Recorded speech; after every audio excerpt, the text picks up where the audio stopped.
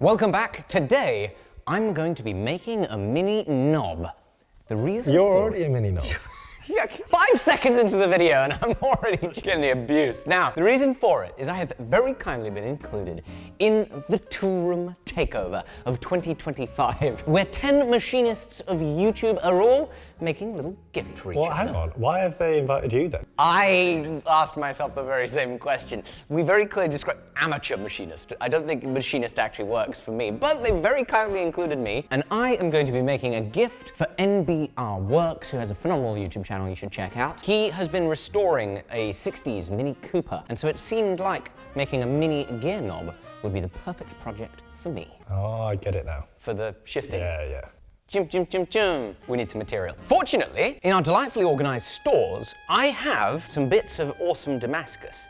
QR code Damascus. Not only does it play a delightful rickroll, but it also looks epic. I'd like to forge as much of this knob as possible, because that's going to be interesting for the pattern. So we're going to cut off a hearty chunk of this, chuck her in the forge, turn it into some round bar. What do you think here? Yep, approved.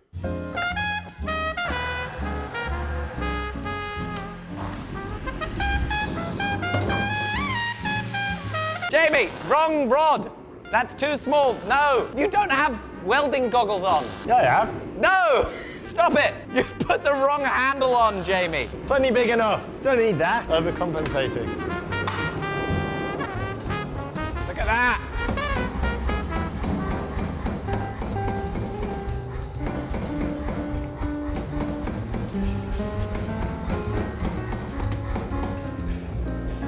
So now we've got it forged round, we need to start thinking about the design. I tried to do my research on the internet of some example knobs. Didn't find anything particularly relevant to this project. Anyway, we're going to be going for something like this. Nice little palm swell to it. Oh, easy peasy, hunky-dory. It's like a garlic. I think you're getting confused. Why? That's a sack, not a knob. Huh? Now to make that form, I think I might just have recently made up some tooling that'll suit it quite well. In our barrel making series, we have made these swaging dies, and instead of putting the material in this way, if I put the material in that way, it might work. Let's give it a test. This is some mild steel to test it. Slowly work our way around. There we go, now it's starting to form the profile up here. Yeah, that's neat, isn't it? That is very cool looking. It's like a proper doorknob, Jamie. So I want to get a final width at the very end of about 44 millimeters. This right now is 50 millimeters. That started as 50 millimeters. And I thought it would shrink up a little bit more, but it hasn't. The diameter here is still 50 millimeters. So in order to actually properly utilize the benefits of forging as an efficient means of moving material, theoretically, in certain circumstances, much more efficient than machining, I'm going to swap the die stack out, reduce this diameter to something more like 47 millimeters before putting those dies back in and doing this on our final piece. Yeehaw!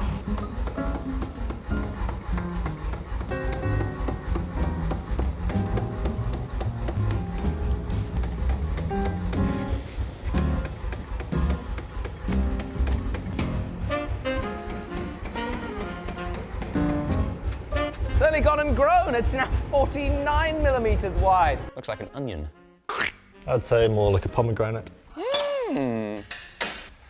That was quite an adequate size thing on there, wasn't it? It worked just fine. Where's my muffs? Damn, that's some wiggle. Woo!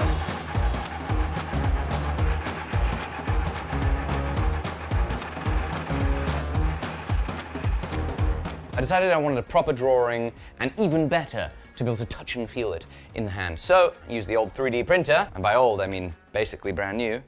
Golly, that is good in the hand. What do you think? What do you think about the feel of my knob? That's pretty good.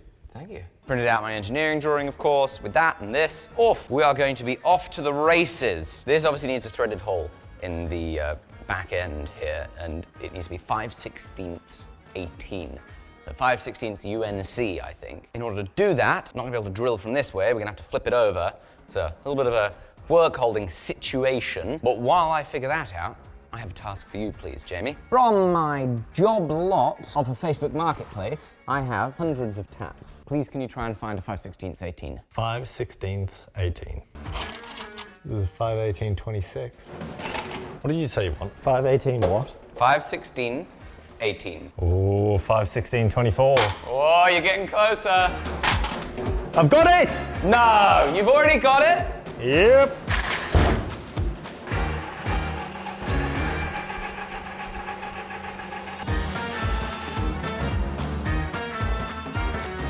Are you having trouble with that?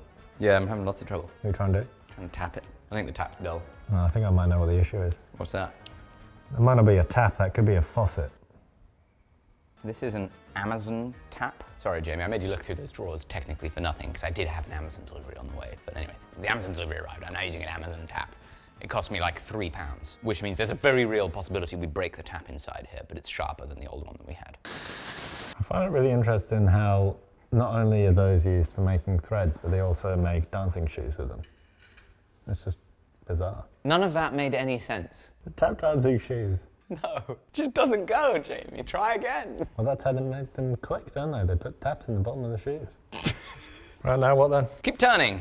So this is going to be my holding material right here. So I need to bring that down to this size. Then I need to thin out some of this material, a little bit of a taper on it. Then we need to thin out some of this material, get our little inside radius going. Before we flip it around, hold it like this and do the rest.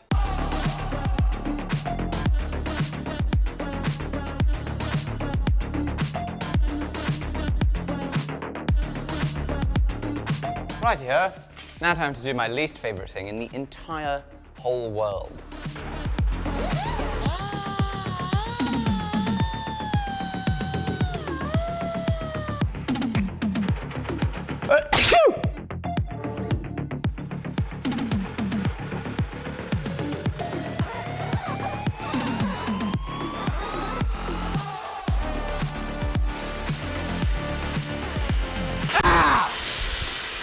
God, I'm getting electric shocks again. It might be like a static thing. It was when I was near. Ah!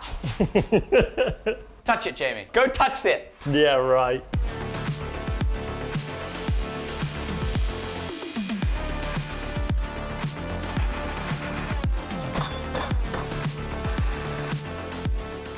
Please tell me I've got stove paint somewhere. That's what we're looking for. You might be asking yourself, why are you looking for stove paint, Alec? Well, it's because every time I go on the knife making supplier website to order things, I look at the protectant that you can dip your parts in before heat treating to make sure that they don't oxidize. And I go, I don't feel like spending £20 on that. Meanwhile, a Temu ad pops up.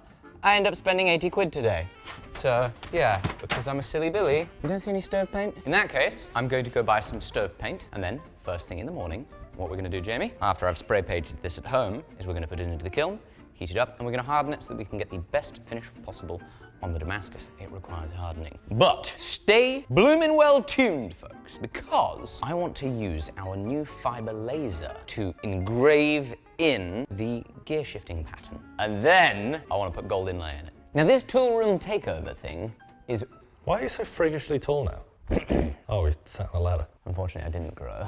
But published today are going to be 10 awesome videos from the rest of the people involved in the tool room takeover. So that means there are 9 other channels that you might have never watched that I hope you do watch. NBR Works, Engineer Raised in Kingston, Blondie Hacks, Yuri Tuchman, Clock 42, Chronova Engineering, Jonesy Makes Inheritance Machining, and Not an Engineer. It's an awesome lineup, and what I've gone ahead and done is made a blog post on our website, our Squarespace website, who sponsored this episode, where you can see the links to all of their channels and the videos that they've uploaded for the tool room takeover. I hope that you check them out, but I also really hope that you go and make your own website, because it can enable you to sell the products that you make, to fund your passions, and also hopefully your life. Sell unlimited physical or digital products. Sell your time with Squarespace scheduling. Run your email marketing campaigns through your Squarespace website, all without having to have a drop of coding experience, because there are countless drag and drop themes and AI website building tools truly help make it effortless. Please go to squarespace.com/forge to start building your website with a 2-week free trial. Code FORGE at checkout will get you 10% off your first purchase, which includes your domain purchase. We love Squarespace, and I hope you check it out and you go buy some stove paint. I've got the forge ready so that we can heat this up and harden it, but this morning I picked this up after the paint had dried, and I went, wow, that's really heavy. Steel's a heavy old thing, isn't it? 267 grams. That, I worry, could damage the, is it gearbox on a manual car? Yeah, I worry it could damage stuff. This thing needs to go on a diet.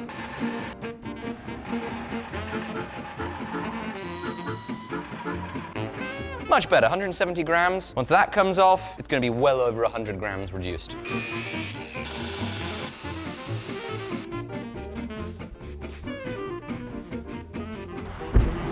Got it held with a 5/16 tap. 3, 2, 1. Okay, can take the tap out and put that back in the drawer. Just can't wait to see the comments. That paint did a good job, ow, it's hot, of staying on there. Not bad for 7 quid from the local tool shop. A lot of people might not know, but that's actually where I found Jamie. Wow, it's actually really hard wearing paint.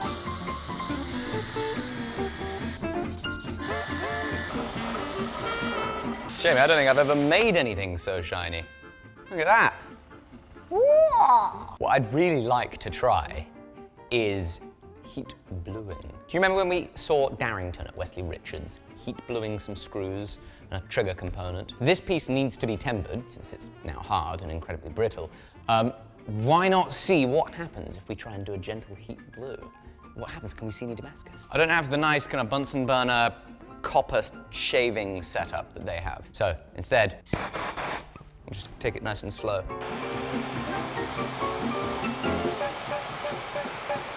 Whoa, it's looking cool, eh? We didn't need to make it out of Damascus. We could have just done a nice job and heat blued it. Whoa, I'm so disappointed that I've not messed around with neat, high polish heat bluing before. What if we etch it while it looks like that? I don't know what would happen. Straight in the ferric chloride after a bluing. Whoa, that's actually really cool looking. And the blue is wearing away though, that's for sure. This might not work very well. So I'm gonna go back to the original order of operations that I had in mind, and that is going to the laser so that we can do our engraving and inlay before it is that we do our actual final etch. Doing a little design work, aren't we, Jamie? Again, big thank you to the folks at Hauschen Laser. This is our 60-watt fiber laser. We're gonna run some tests on this 1080 bit of scrap steel. That's nuts. This thing's been going for 5 minutes. What's it doing? Mate, it's been going for way longer than 5 minutes. This has been a good 15 minutes. I mean, that looks super deep. I don't know if it needs to be any deeper than that, you know? Put that on that. Pop. You think it looks good? Well, we should at least test that we can put gold inlay in it. Will it stick or will it rip? Oh, it sticks! 3, 2, 1.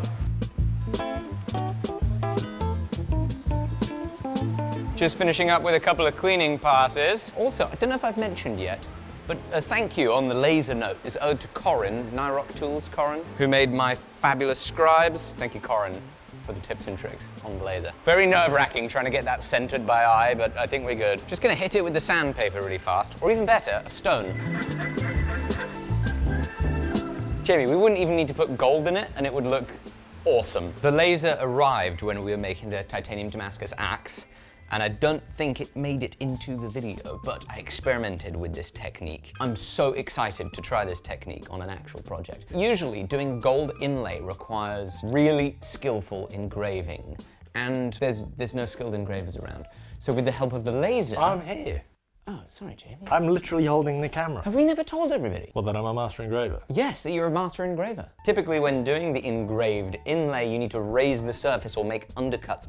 Well, the laser engraving puts a certain tooth, a roughness in the bottom of the cut that seems to hold the gold in, which means we can just get straight to it. Apart from just a couple little details I need to clean up with a chisel. We're gonna lay the wire in, hammer it flat, and it should stay there forever.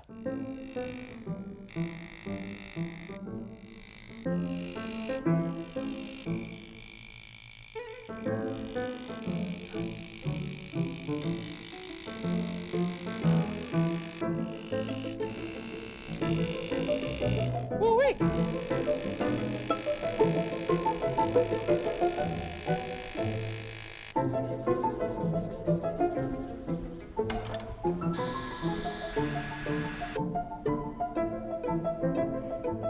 Yeah, baby, look at that!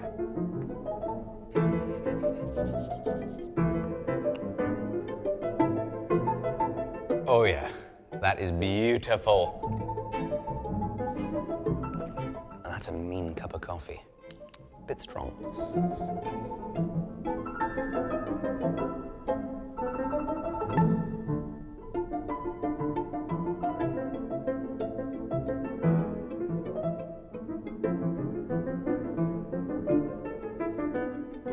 While I am chuffed to bits with the gold inlay, I think I've learnt a thing or two. Once the laser hits it, I need to go a little bit deeper. We then need to grind off the top a little bit because the laser makes a little jitter on the surface. The result is the appearance of a little smudging on the outside of some of this stuff, where when polishing, the gold got scraped into it. But this does open up a whole big world of possibilities. Gold inlay in projects far more efficiently than I otherwise could do it. I'm going to send this off to NBR Works, and I really hope that you go check out his channel, as well as all the other makers in the toolroom takeover. I'm so fortunate that Not an Engineer was tasked with making me a gift. We have just had our delivery.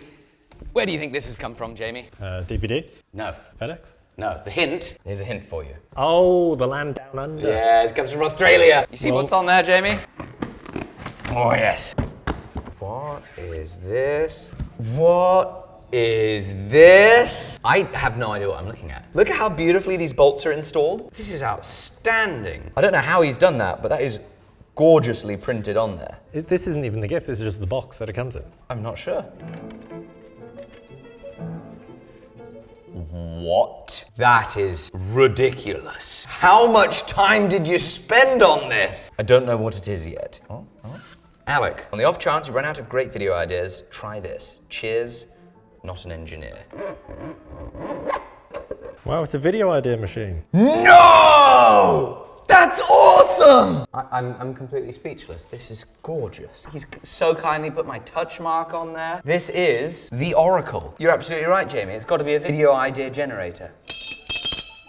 No.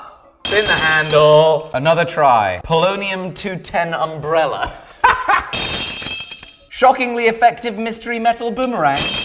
Unironic Lego fidget spinner. Thanks to Not an Engineer, we are never going to run out of video ideas. I am going to treasure this my whole life. Thank you so much, Rowan, Not an Engineer, for this incredible gift. Look at that. Toolroom Takeover 2025. His Not an Engineer logo. Please go click the link in the description to go watch Rowan build this on his channel. Go subscribe to Not an Engineer, check out NBR Works and the rest of the great channels involved with the Toolroom Takeover 2025.